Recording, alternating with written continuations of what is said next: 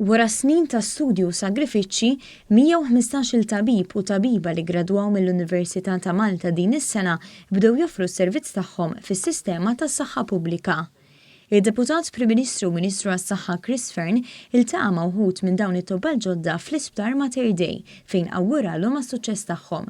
U aċċenna dwar l-importanza li t-tobba jkomplu bl-istudji tagħhom u jispeċjalizzaw fuq oqsma differenti biex jagħtu l-aqwa servizz lill-pazjenti. Illum huwa rikonoxxut li s-sistema tas-saħħa tagħna hija fost l-aqwa fl-Ewropa jekk mhux fost l-aqwa fid-dinja.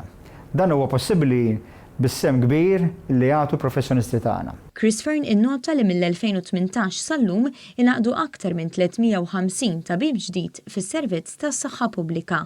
Mill-2018 350 tabib ġdid daħlu fis-sistema tas-saħħa tagħna.